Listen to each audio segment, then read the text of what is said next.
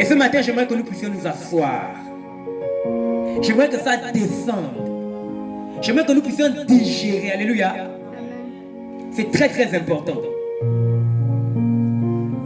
Hier, on a reçu un merveilleux témoignage d'un homme qui a mis le sang avant d'aller en voyage.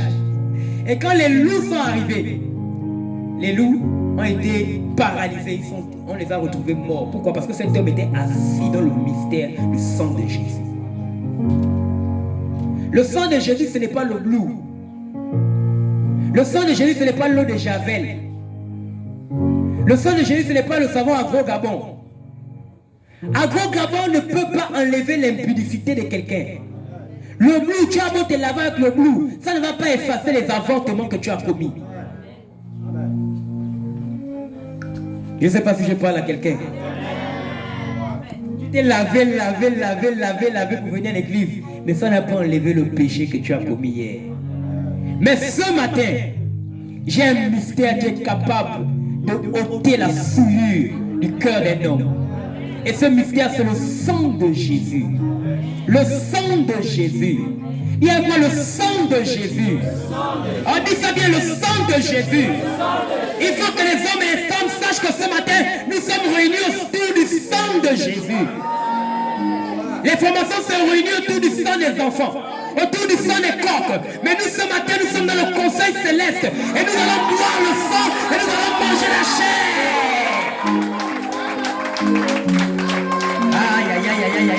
Je veux enseigner. Je ne suis pas venu ce matin te dire qu'on va verser le sang. Je suis venu te dire ce matin qu'on va boire le sang. Oh my God. Il y a une différence entre le fait de verser le sang et le fait de boire le sang. Lorsque tu bois le sang, tu deviens le sang. Aïe. Dieu a dit à Moïse, coupe le veau, l'agneau, et tu fais plus le sang. Mais quand Jésus est venu, il a dit, celui qui mange ma chair et qui boit de mon sang, il ne mourra jamais. Oh my God. C'est pourquoi c'est des buveurs de sang, Seigneur.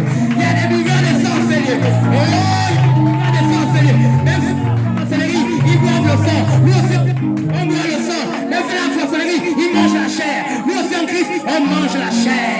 Si tu es scandalisé ce matin, ce n'est pas grave. Parce qu'avant toi, il y avait des gens qui avaient été déjà scandalisés.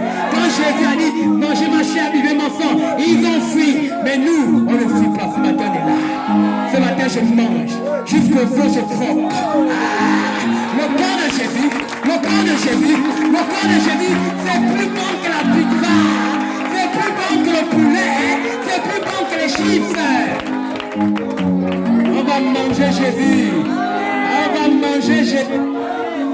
Regarde, tu as mangé depuis que tu es né. Il y a des choses que tu as mangées. Mais ce que tu vas manger aujourd'hui là, tu vas dire jamais je n'ai goûté quelque chose de comme ça. Jamais je n'ai vu quelque chose de pareil.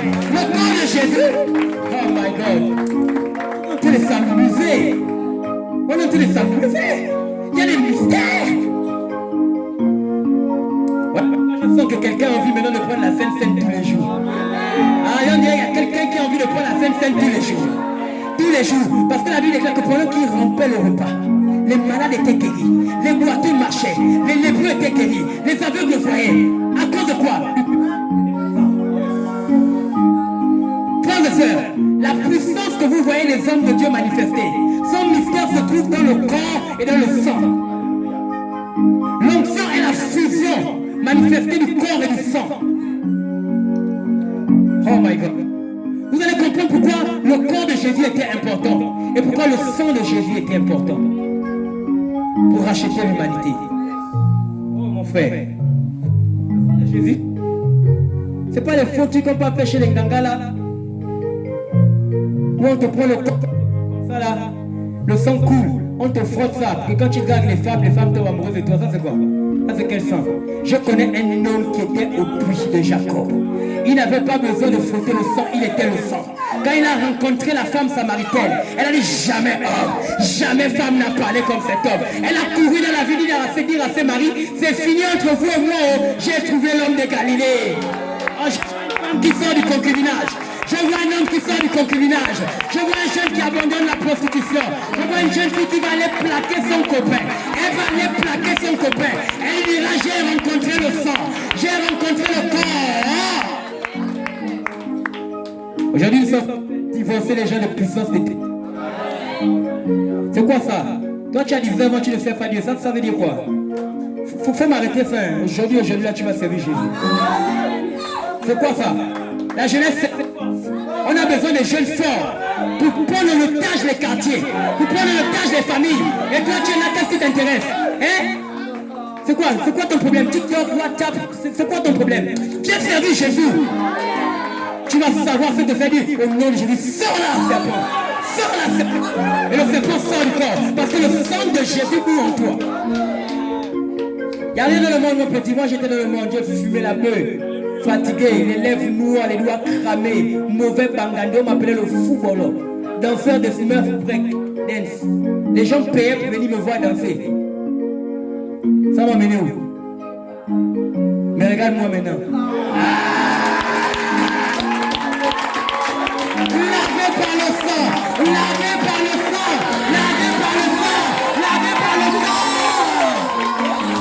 Oh my God. Aujourd'hui, je prêche l'évangile. Quand je fumais le chanvre, ma mère pleurait.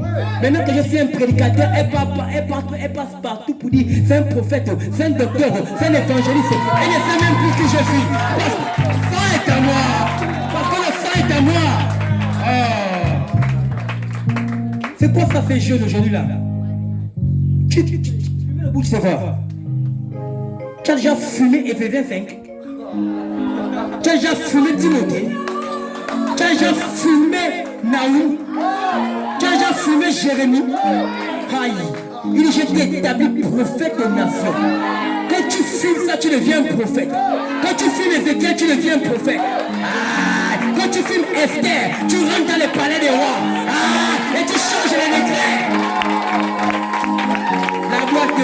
La boîte de nuit, c'est quoi? Viens goûter au veillées de nuit. Viens goûter au veillées de nuit. Viens goûter au veillées de nuit. Là, on rakaba socoré de nos chaka. Aïe, aïe, aïe, aïe, aïe, aïe. Il y a le goût dans ça. Il y a le goût dans ça. Le jeûne, tu connais le jeûne? 3 jours de jeûne à sec. Quand tu sors de là-bas, tu es léger. Quand tu marches, tu domines sur l'atmosphère. Tu domines sur l'atmosphère. Quand tu es en train de t'engouffrer, oh, emmène-moi manger une pizza. Oh, moi je veux un hot dog. Hot dog de quoi? Viens goûter au jeûne, tu vas savoir. Ça c'est les choses du royaume. Il y a le goût dedans. Quand tu appelles les frères, allô? Alors quand il décroche ce mot, allô oui c'est Gaël, oh oui bonjour mon frère, tu sais ce que ça fait? Bonjour homme de Dieu, c'est succulent, c'est mêlant, c'est pas mon bébé, ma chérie, mon sucre non, c'est servante de l'Éternel, serviteur de Dieu, femme de Dieu, prophète, docteur évangéliste, ça c'est la royauté, ça. Vous voulez nous blaser avec quoi? Vous n'avez rien, nous on a... La preuve, votre sang est souillé. C'est pourquoi on organise ce séminaire. Alléluia. Gloire à Jésus. Ça, c'était d'abord un peu pour vous amener à être concentrés. La puissance illimitée du sang de Jésus. Qu'est-ce que le sang? De manière générale, nous voulons définir le sang parce que c'est important, nous parlons du sang et le commun des mortels est plus apte à saisir, à comprendre la notion du sang sur le plan de vue général. Parce que tout ce temps que nous sommes, nous avons du sang qui coule dans nos veines. Et à l'école, nous avons appris ce que c'est le sang. Beaucoup de personnes parfois ne savent pas ce que c'est le sang. Beaucoup aussi n'ont pas fait des recherches là-dessus. Et notre bien-aimé définition, j'ai aussi trouvé une autre définition. La définition que j'ai, c'est un liquide circulant dans les vaisseaux sanguins qui irrite tous les tissus de l'organisme, y apportant les éléments nutritifs et l'oxygène, et recueillant les déchets. Il contient des globules blancs et rouges et des plaquettes en suspension dans un liquide appelé plasma. C'est ça la définition du sang. Ce qui coule dans le veine, c'est un liquide rouge qui se répand dans les vaisseaux sanguins. On a plusieurs vaisseaux sanguins dans notre sang et quand le cœur pompe le sang là se déverse dans tous ces vaisseaux. C'est ce qui vous permet d'être en vie là maintenant. Quelqu'un peut continuer à vivre sans le cœur, mais lorsque le sang est vidé du corps d'un homme, il ne peut pas vivre. Parce que le sang, c'est la vie. Dans le corps humain, tous les organes sont importants, mais le sang a une importance capitale. Et ce n'est pas en vain. C'est en nous approchant des Écritures qu'on comprend les choses naturelles. Quand on s'approche des Écritures, on voit la place que Dieu donne au sang. On comprend pourquoi le sang est si important dans le corps.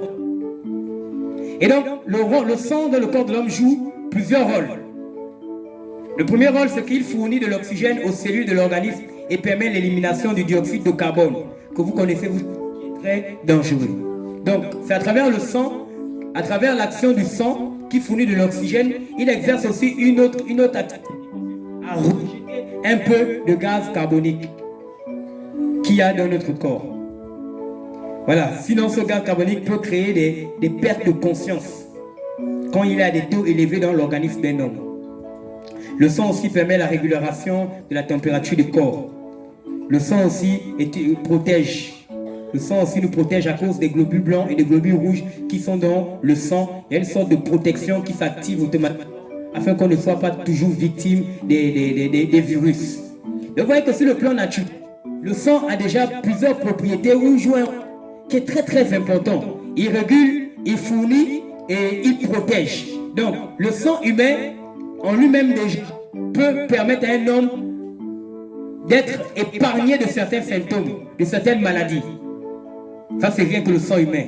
Et le sang humain aussi, au travers de ce que l'on mange et toutes ces choses-là, il permet à notre organisme d'être en bonne santé parce qu'il régule, il fournit de l'oxygène, il régule toutes ces choses-là. Donc, de ce point de vue, vous comprenez pourquoi il est important d'avoir du sang. Et certains d'entre nous, peut-être un jour, on a eu des parents qui ont eu besoin de sang, nous sommes allés donner des poches de sang parce qu'on a réalisé que le sang est très très important. Et donc, du point de vue général, les hommes ont pris conscience que le sang est important. Certaines personnes. C'est la raison pour laquelle il y a les banques de sang, etc. Pourquoi? Parce qu'on doit conserver le sang parce que ça peut permettre de sauver une vie. Donc, si on a compris cela sur le point de vue naturel, donc sur le point de vue spirituel, on va simplement prendre aussi cette compréhension et élever un peu simplement le niveau. Et nous allons évoluer.